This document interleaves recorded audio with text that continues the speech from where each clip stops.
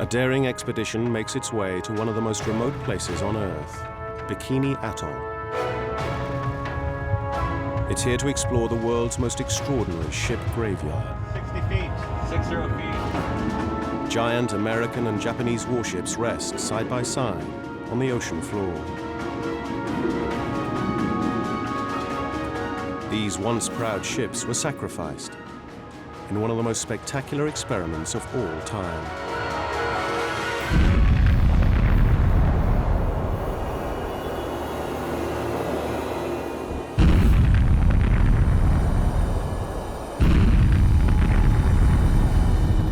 Now an international expedition heads to Bikini with a mission to document the legendary Ghost Fleet before it's lost forever to the ravages of time.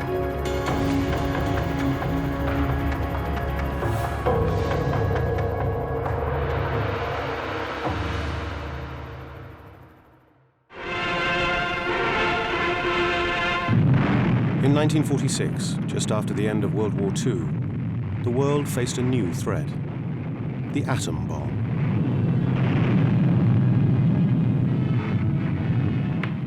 It has been said that any reasonably industrialized nation can produce the atom bomb in a few years.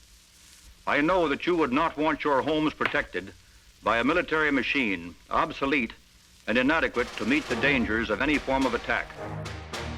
The United States government quickly decided to respond to the new threat.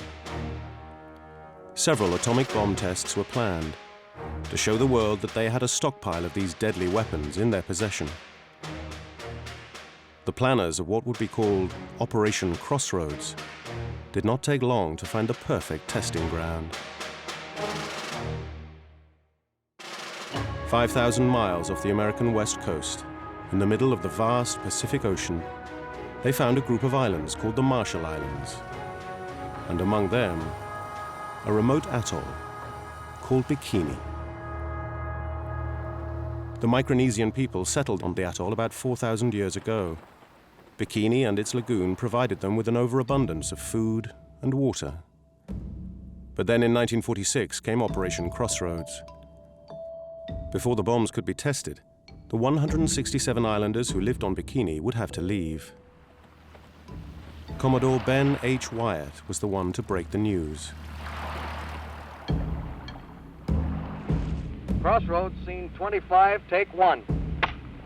All right now, James, will you tell them that the United States government now wants to turn this great destructive force into something good for mankind? The American generals promised the islanders that their evacuation would only be temporary. A film team made sure the world would get the right message. Newsreels of the time offered their own version of the evacuation. American officials discussed plans with the Bikini natives for the evacuation of the atoll. The islanders are a nomadic group and are well pleased that the Yanks are going to add a little variety to their lives. The Bikinians left without knowing when they would return.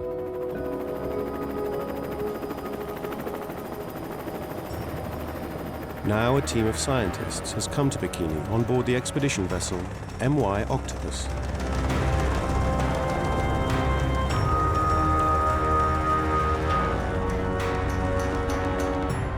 Led by naval historian Steve Wiper, the expedition wants to explore the legacy of Operation Crossroads. The wrecks at Bikini are very important to naval enthusiasts like myself. Because of the variation of wrecks that are here, it is probably one of the best selections in the world. Accompanying Steve Wiper on the expedition are radiation expert Klaus Bunnenberg, who's here to determine if Bikini is still radioactively contaminated. Marine biologist Louise Rocha, here to investigate what effects the test's nuclear fallout may have had on marine wildlife. And Jim Ackroyd, a daring diver, for whom the wrecks at Bikini pose a risky challenge. The team has the latest high-tech equipment at their disposal. The Pagoo, a state-of-the-art submersible designed to hold 8 passengers. For the first time ever, a manned submersible will survey ships that were sunk by an atomic bomb. The team is also supported by this remotely operated underwater vehicle, or ROV. Its integrated high-definition camera and robotic arms allow the team to examine areas too hazardous for humans. The Bikinians had barely left in 1946 when Operation Crossroads Task Force 1 descended on their atoll. There were approximately 42,000 personnel involved in this operation. There were approximately 240 to 250 ships involved in the operation. Officially, Crossroads was necessary to test the effects of the new weapon. But behind the scenes, much was owed to a military power struggle over funding. The Army Air Force stated that they could destroy a Navy using nuclear weapons. Therefore, why did the United States need a Navy anymore? To settle the argument, a test fleet of 95 ships representing the US Navy's various naval designs was assembled at Bikini. Among them, some of the most famous ships of their time. The USS Saratoga. Originally designed as a battle cruiser, Saratoga was later refitted as an aircraft carrier. With a flight deck 888 feet long and a weight of 43,500 tons when fully loaded, it was the biggest warship of its time.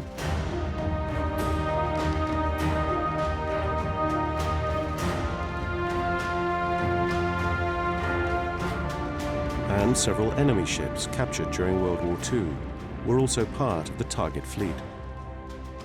The Nagato was the flagship of the Imperial Japanese Navy until 1942. It was one of the most powerful ships of World War II and became famous for its role in the Japanese surprise attack on Pearl Harbor. Would these giant vessels be able to withstand the destructive powers of an atomic bomb blast?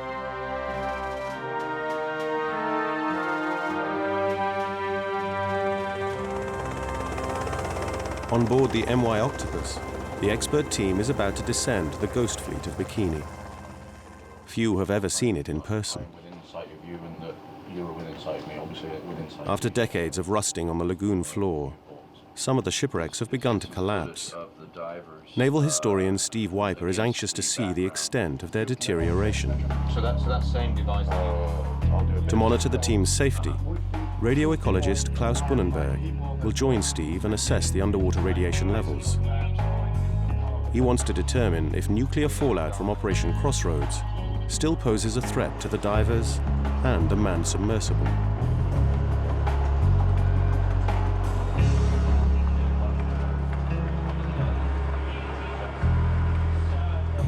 The Pagoo is a high-tech submersible that can stay submerged for up to 8 hours, a huge advantage for Steve Wiper's team. 10 ships are lying on the bottom of Bikini Lagoon in an area of just a few square miles. To find them, the Pagoo has to descend 180 feet into the dark void.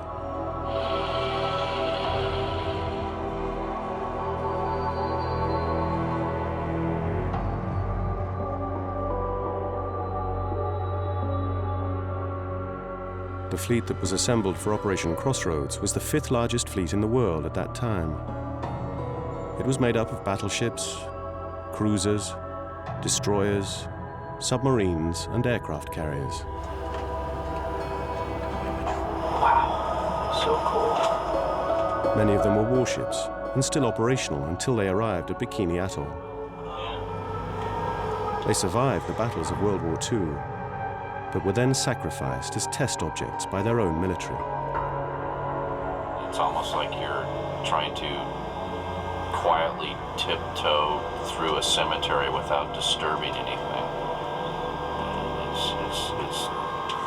It is eerie. But the ships of the Ghost Fleet were not the only test objects used during Operation Crossroads.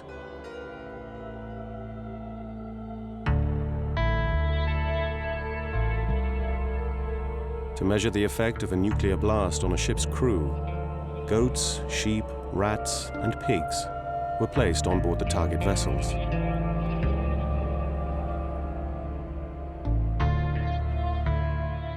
To guarantee that the world would be impressed by their atomic test, the military made certain it was well documented. Half the world's available film stock was brought to Bikini. 750 motion picture and still cameras were operated from the island, from support ships and from airplanes. They were to deliver impressive images to the world as quickly and clearly as possible. The United States was the only country on the planet at that time that had nuclear weapons. I think they wanted to prove that they had more than just a few nuclear weapons, and they wanted other nations to realize that by putting on a big show, that they had a lot more weapons than some people thought. On July the 1st, 1946, all signs were set to go for the first atomic test, codenamed Able, to begin. The bomb had the same destructive power as the weapon dropped on the Japanese city Nagasaki a year earlier. Ladies and gentlemen, today is Able Day, the day that the fourth atomic bomb ever dropped in history is scheduled to explode over a ghost fleet in Bikini Lagoon. In just a few moments, the superfortress carrying that bomb will take off from Kwajalein to begin a 4-hour flight to H-hour. It would be the first atomic bomb to ever explode in peacetime. 10, 9, all green, 7, 6, 5, 4, 3, 2, 1, 0.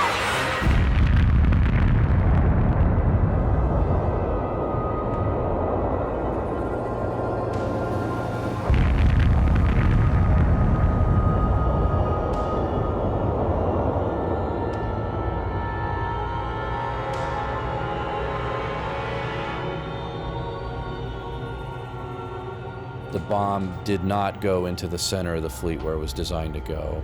And as terrific as the explosion was, it turned out to be kind of a flop because very few ships were sunk from that.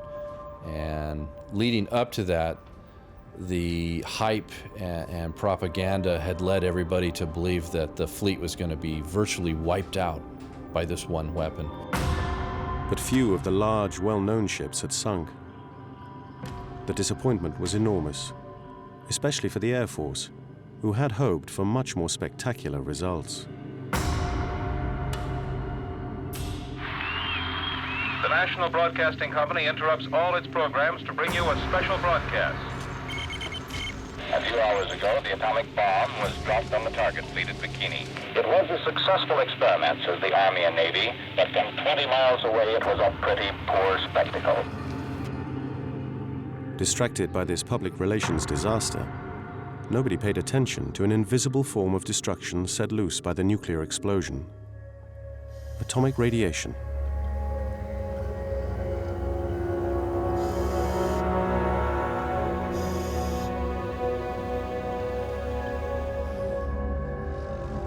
Physicist Klaus Bunnenberg wants to find out whether Bikini Lagoon is still radioactively contaminated. He's concerned that the diving crew could be exposed to dangerous radioactivity. To safely take a sample from the lagoon sediment, he needs the help of the underwater robot.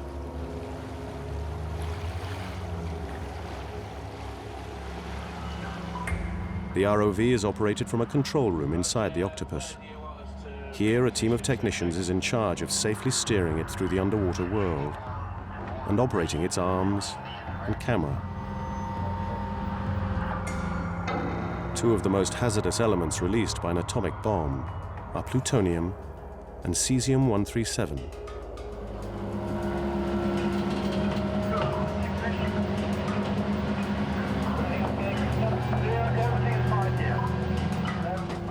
During the bomb tests of Operation Crossroads, both elements rained down on the target fleet and the ocean, and then sank to the lagoon floor.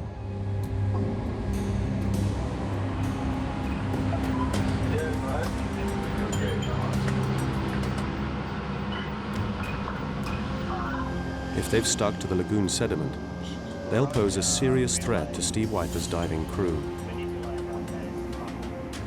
The highly radioactive plutonium has a half-life of 24,000 years and can be deadly in even tiny amounts. It would be a dangerous legacy of an experiment many underestimated in its destructive power.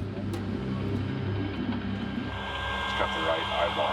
Right. You've got no idea how much I want to force in the other end. In 1946, while the US military struggled with their test results, a different kind of atom bomb hysteria broke out in Paris. On the heels of the tests, fashion designer Louis Réal introduced his own explosion, a two-piece bathing suit he called the Bikini.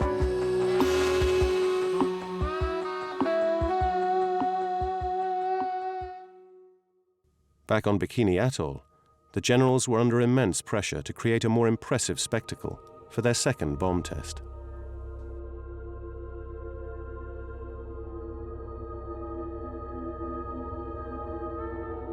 To emphasize their good intentions, King Judah, leader of the Bikinian people, was invited to watch. The second test was codenamed Baker, and it had to be a success. Engineers concluded that heavily built warships would be difficult to sink unless they sustained underwater damage. So this time, the bomb was suspended from a landing craft and hung 90 feet below the waterline.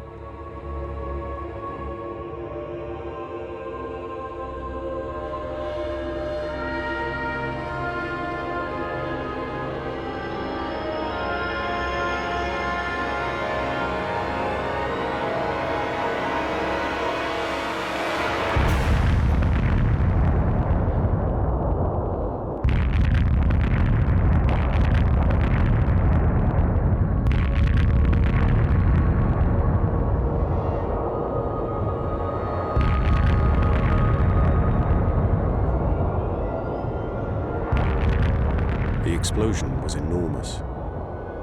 It created a column of water and debris that rose 7,600 feet into the air and then crashed back down onto the target fleet. 6 vessels sank almost immediately. 3 more sank within the next couple of hours and days. The ship from which the bomb had been suspended had simply vanished. The military finally had their spectacle. Still, many of the ships did not sink and appeared to be undamaged. Just days after the detonation, military crews reboarded and began the cleanup, underestimating a deadly menace: radiation. Within the first hour after the detonation, radiation levels had reached up to 8,000 Roentgen, 20 times the deadly dosage. Nobody would have survived the shockwave, debris, and tidal waves sweeping across the ships. And even if they had, radiation levels would have ended all life on board within 60 seconds of the detonation. The military believed that the ships could be decontaminated and remanned. So they were sending their personnel back aboard the ships and were instructing them to scrub the ships down, but unfortunately to no avail. The scientists were trying to tell the military that the ships were too radioactive, as much as 50 times the daily dosage. But the military wanted to prove that these ships were still operational. A decision for which many servicemen still pay a high price today.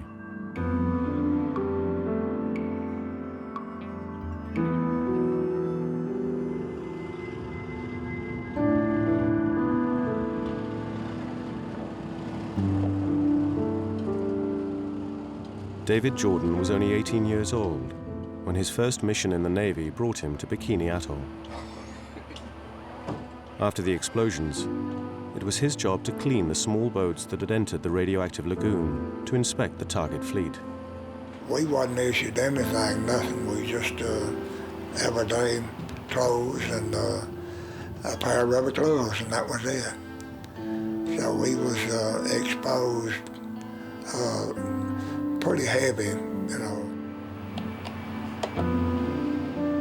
And it's amazing, I didn't have any kind of physical problems until about 1998. That's when I first began to have problems, skin disorders, and which I call skin disorder, and it turned out to be skin cancer.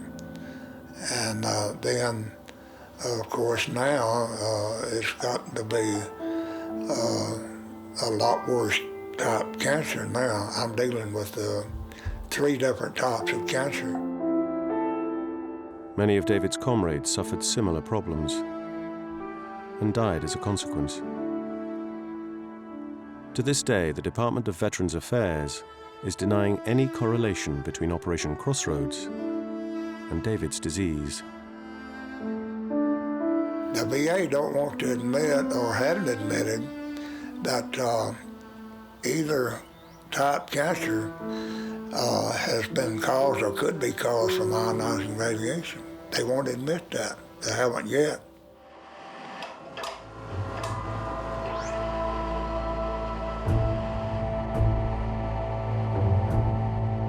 On board the MY Octopus, physicist Klaus Bunnenberg wants to find out if the hazardous substances David Jordan was exposed to in 1946 are still lurking in the lagoon today. With the help of the underwater robot, he's collected a sample of lagoon sediment and checks it for radiation.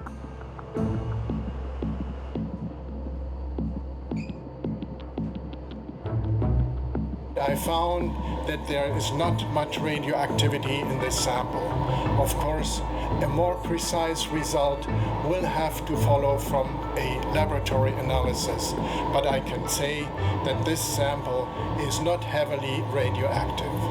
The bottom of the lagoon is safe, but what about the wrecks themselves? Diver Jim Ackroyd has volunteered to take a radiation dosimeter into one of the wrecks to find out. Close it watertight. To put it on somewhere. In this position here? Yes, that's fine. That's this is fine. Yes.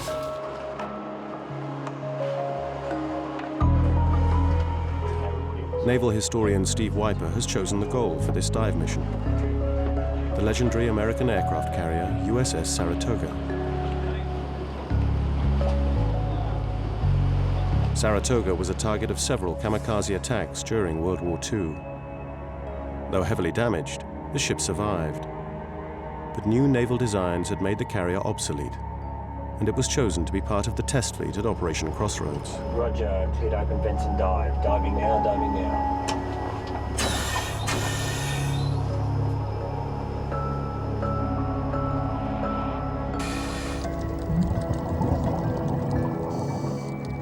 As the Pagoo approaches the wreck, Steve spots one of Saratoga's warplanes, armed with ammunition.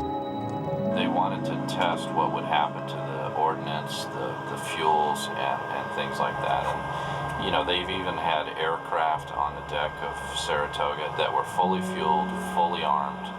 And, you know, they wanted to know the results of what would happen with an atomic test. The effects the Baker bomb had on the gigantic carrier was staggering.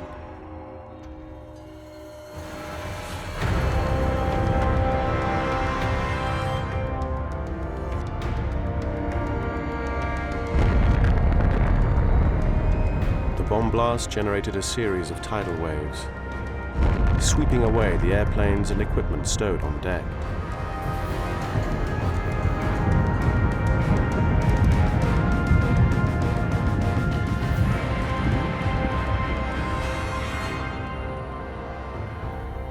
The carrier was damaged so heavily that it sank a mere 7.5 hours later.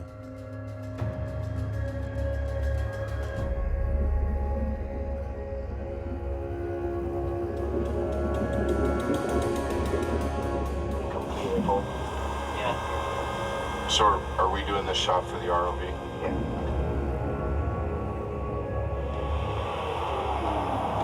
So the deck wood? Yes. Was steel? It was. So that's why the I-beams are exposed now. Yeah. The wood's Well, raw. let's see all the little pegs. Those are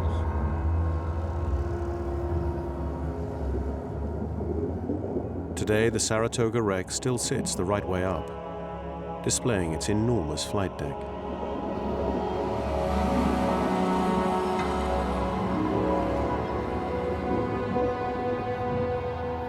The carrier was built to hold up to 90 aircraft at once.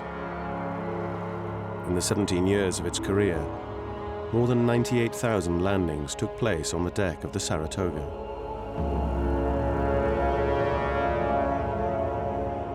This area of the flight deck is heavily collapsed. In fact, in some areas, absolutely completely collapsed down into the ship. This area was radically weakened during the Baker test. And unfortunately, as the ship is decaying, it is collapsing down and inwards on itself at this point. The waves crashed down on Saratoga, also heavily contaminating the ship.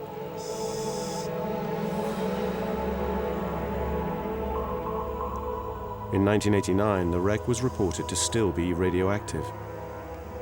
Due to preservation laws, no samples can be taken from the rusting steel.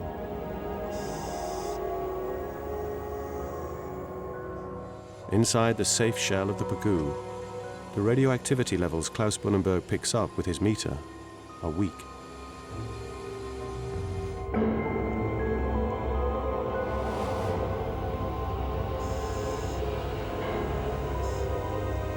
To really find out how hazardous the wreck still is, dive master Jim Ackroyd will have to take a second meter inside the wreck. But radioactivity is not the only hazard here. The rusting wreck has razor-sharp edges and has recently started to collapse. Any new collapse could trap the divers. And there is also still live ammunition inside the Saratoga.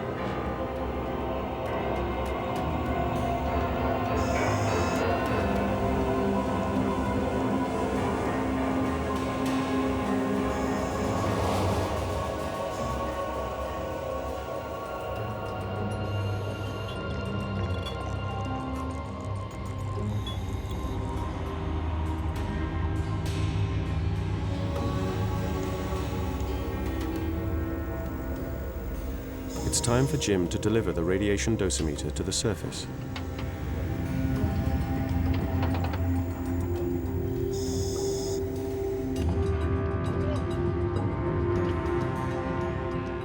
The dosimeter cannot provide extensive data, but it will give physicist Klaus Bunnenberg a clue to the radioactivity levels inside the Saratoga wreck.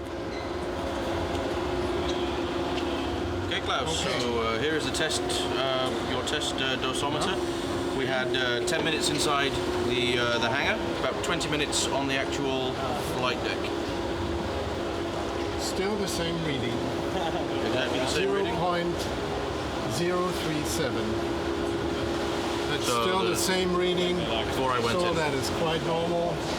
It switches about 1 digit a day, so nothing special. Okay. More than 60 years of radioactive decay and water streaming through the wrecks have erased significant amounts of radiation from the ship graveyard. But if the lagoon once was infested with radiation, what impact did this have on marine and island life? In the decades following Operation Crossroads, American scientists returned to Bikini numerous times to study the long-term effects of radioactivity on nature. While Bikini turned into a living laboratory for the scientists, the Bikinian people remained in exile. Today, many Bikinian families have started a new life in the United States. Springdale, Arkansas, has the largest population of Bikinians outside the Marshall Islands. Many work in the factories of the city, and they've adapted to the rhythm of their new home. But even though they're in the third and fourth generation of exile, for many Bikinians, the United States is no more than a place to live.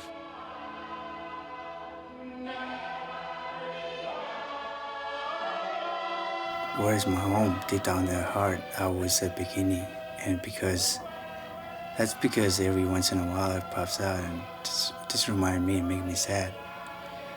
Remind me where I'm coming from. Bikini is my home.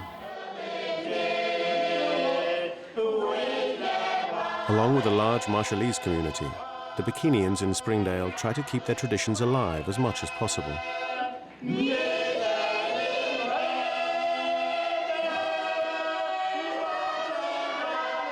They came here after their atoll had been made uninhabitable by nuclear fallout.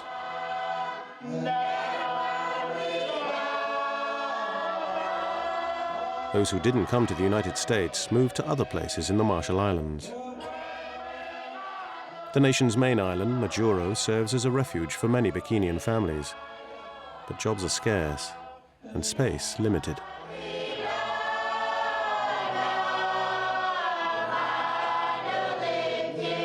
In the 1970s, an attempt was made to resettle Bikini. 139 people returned to the atoll, but they stayed only a few years.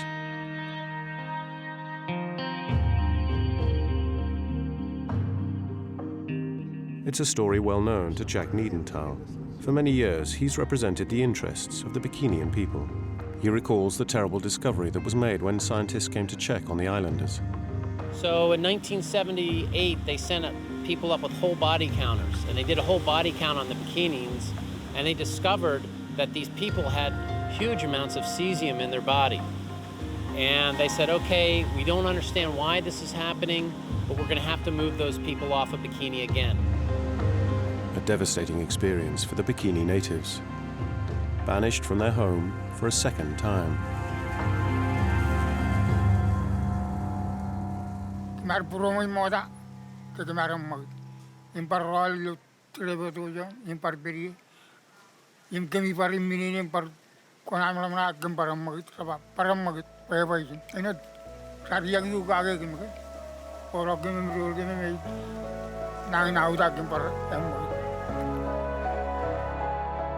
Originally, the Bikinian families had given up their island for the 2 bomb tests of Operation Crossroads.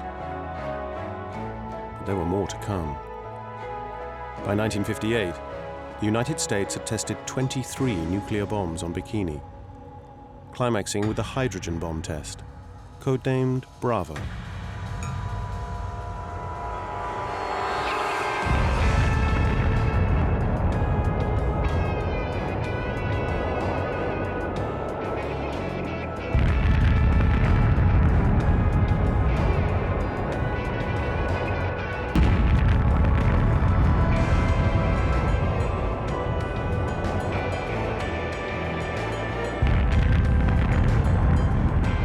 The gigantic explosion even caught the US military off guard.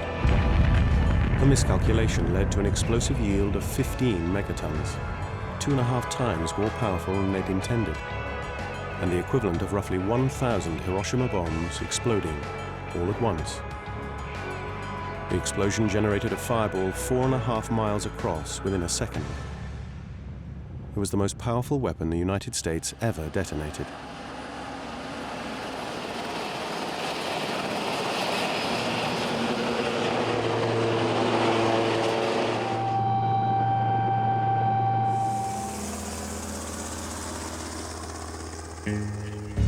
Bravo tore an immense crater into the fragile atoll, over 1 mile in diameter and 250 feet deep.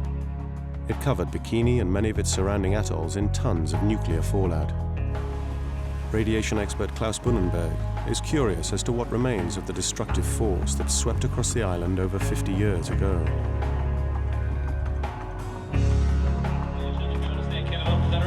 Once again, Jim Aykroyd has volunteered to help the scientist collect samples of the ground sediment. Get as much sediment in here and close it. It will be full. It will be full. Good.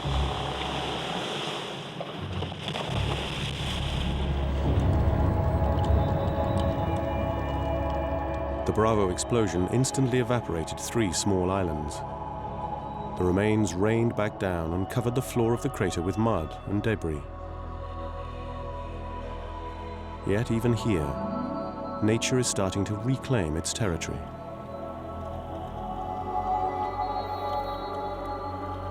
If any radioactivity remains in the crater today, it would be found in the sediment. Klaus Bunnenberg makes sure nothing hazardous has stuck to the diver's gloves.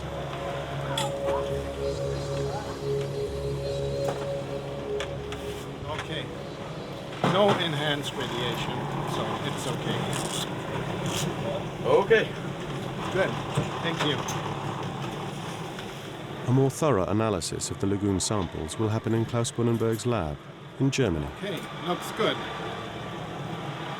So far, he's not encountered any worrisome levels of radioactivity.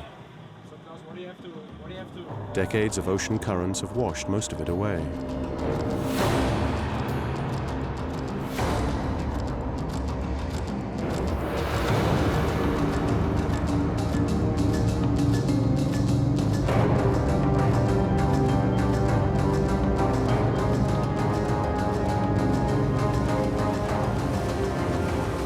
What is the state of the island itself? Klaus Bunnenberg is keen to find out why the Bikinians who returned had such high cesium-137 levels in their bodies in the 1970s.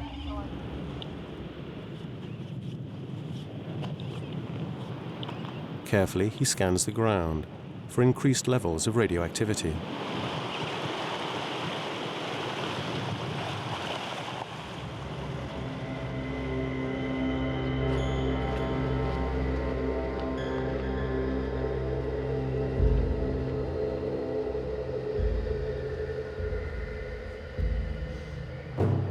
On the beach and the island interior, Klaus's radiation meter does not detect any unusual levels.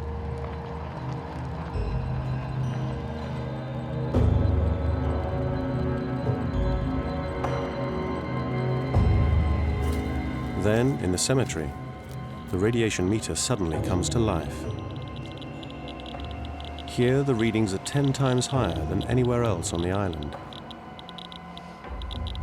This is a startling result. But high readings in a rarely visited graveyard couldn't explain why the islanders had such high levels of cesium in their bodies. Klaus suspects that the problem lies elsewhere. If walking on Bikini's surface is not a problem, the Bikinians must have been exposed to cesium in another way. On Bikini, palm trees provide a staple fruit: coconuts.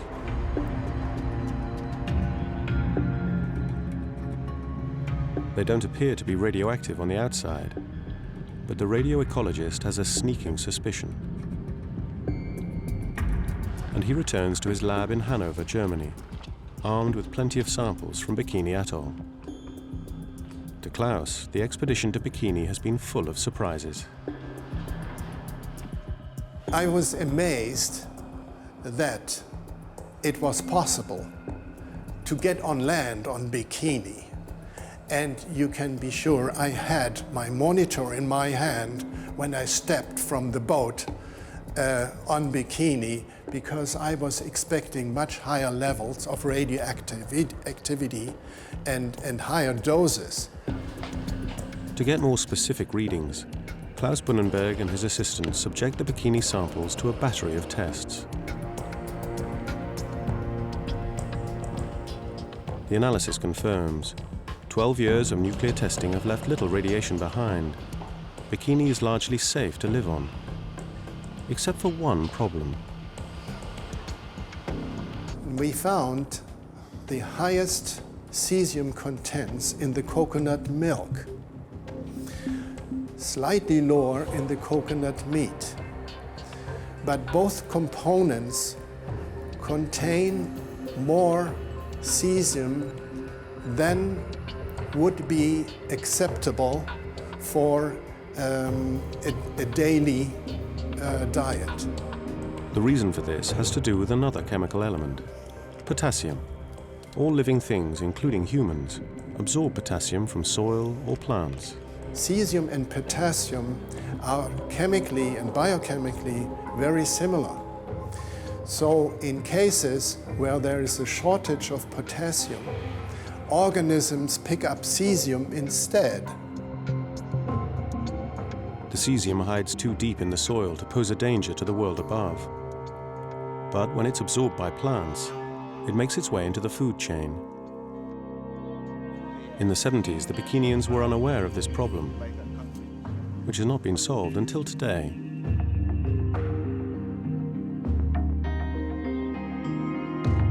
Nature has been resilient enough to survive the most dangerous weapon on the planet. And yet, 50 years after the end of the nuclear tests on Bikini, radiation is still dangerously present in the ecosystem. Nobody knows for sure how this will affect island and marine life in the long run.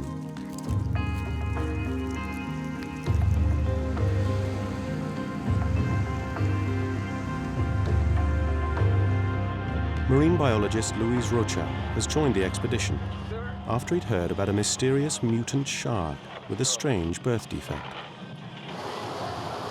We're not exactly sure that it's radiation, but we suspect there's a strange mutation in the population because many of them are missing the second dorsal fin. So most sharks, or all of those species of sharks, they're characterized by having two dorsal fins. The nurse sharks here in Bikini and in other places in the Marshall Islands, they have only the first dorsal, they're missing the second dorsal. So we think that it may be some kind of mutation-related defect. The mysterious fish had been sighted at Bikini's notorious Shark Pass.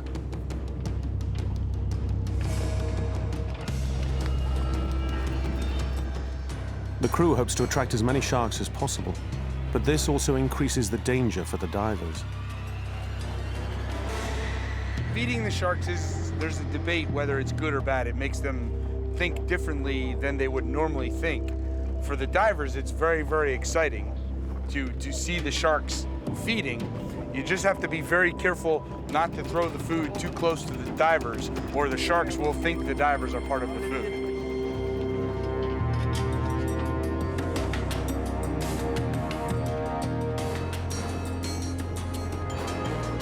Luis decides it's worth the risk.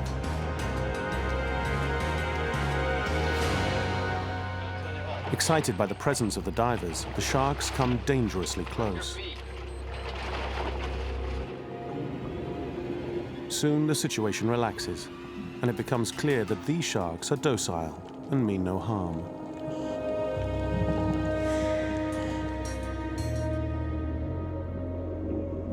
But while there are plenty of grey reef sharks, no nurse sharks are to be seen.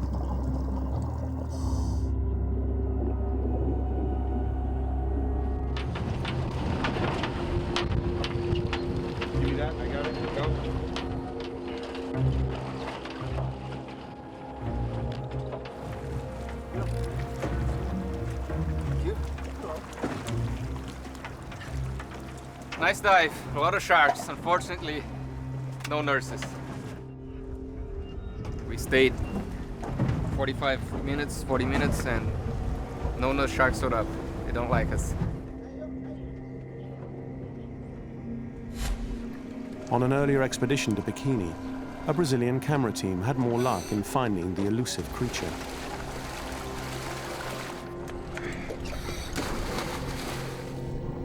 Their recording is a rare document of the mysterious nurse sharks missing their second dorsal fin.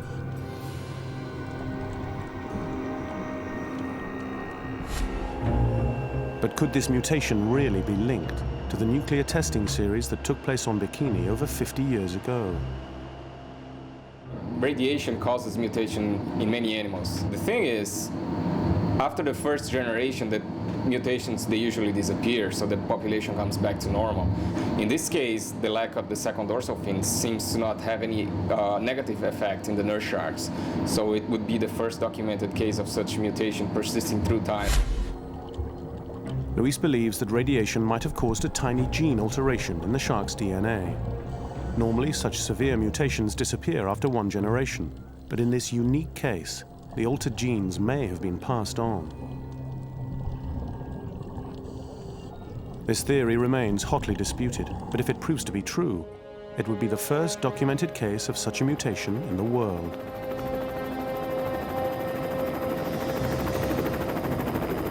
Nature has an enormous regenerative power. Bikini Lagoon is home to an incredible variety of animal species, largely due to the absence of humans. Nature takes back its own. In the waters off Bikini, even the last traces of its atomic testing history will soon drift away. The decaying ghost fleet.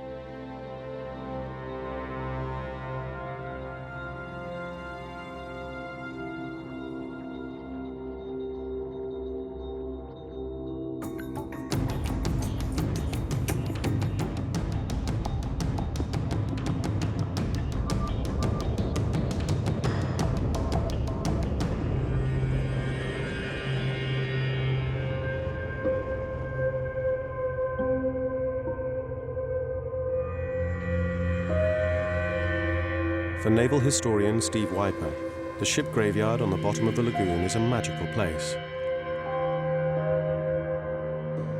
And he knows the significance of documenting the wrecks one last time before they're lost forever. The Bikini wrecks are definitely a kind of a living history as we can actually see the ships in their process of decay.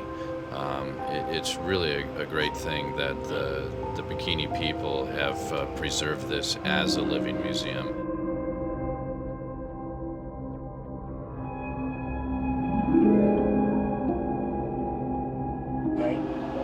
What is it?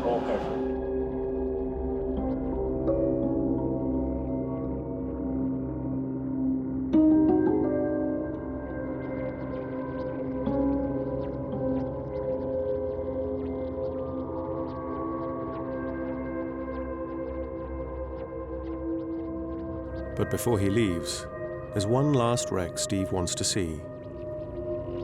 The Japanese battleship Nagato. It was one of the most powerful battleships of its time, and to Americans, Nagato holds an infamous place in history. Nagato was the Imperial Japanese Navy fleet flagship with the Admiral Yamamoto as commander-in-chief of the Japanese Navy at the time. From the bridge of Nagato, Admiral Yamamoto ordered the attack to begin on Pearl Harbor, thus thrusting the United States into war in World War II. The surprise attack by the Japanese on the naval base at Pearl Harbor on December the 7th, 1941, left America in shock. It was the day the country realized that it was not invulnerable.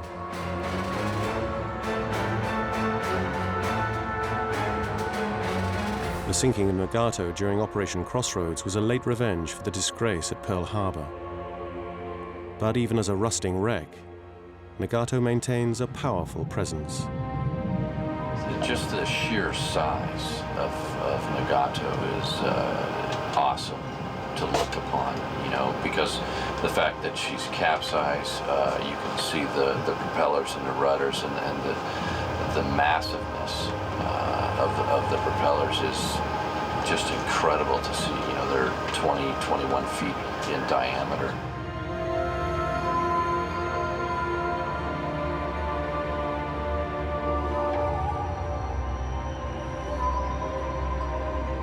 Nagato was the first battleship in the world to be equipped with these 16.1-inch guns.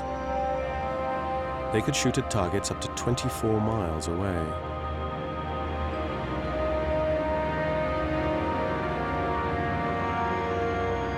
When the ship arrived at Bikini, it was already heavily damaged from the war.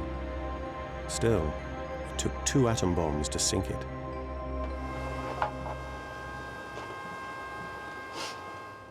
After the Baker test, Nagato stayed afloat for 4 more days, and then quietly sank in the middle of the night. When the ship glided down into the lagoon, it capsized, burying its bridge underneath its massive hull. To give us a better idea on the bridge structure, we have this drawing. So you can see basically from this level all the way down to somewhere about here. Yes. It was here that Admiral Yamamoto gave the order to attack Pearl Harbor, a moment which changed the world forever.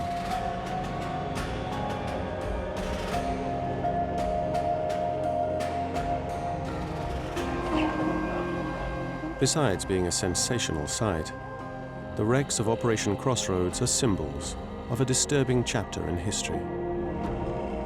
The fact that the ships have all been sunk by atomic weapons that were tested here during Operation Crossroads shows you the power of the weapons. What a lot of people don't realize is what radiation can do. But looking at all the data and the ships and reading the reports as to how the radiation affected the ships it's scary. The ghost fleet of Bikini Atoll is a unique part of our world heritage. A reminder of an age of atomic testing that started here, on Bikini Atoll. When the American military first arrived in 1946, they intended to turn their new weapon into something good for mankind. Yet today, the Bikinian natives are still waiting to return to their home.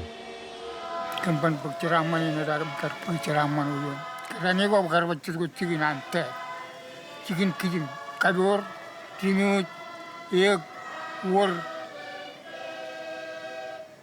local energy cool. Pawan mikadoro. The Jewish bayan burger chicken company what lu. Kajagongan rai. Ejala wona karbaj ko charaman ko am jenani yone hailing ju. Erwin rajago. Eventually, nature will regenerate, and Bikini will return to being the paradise it once was.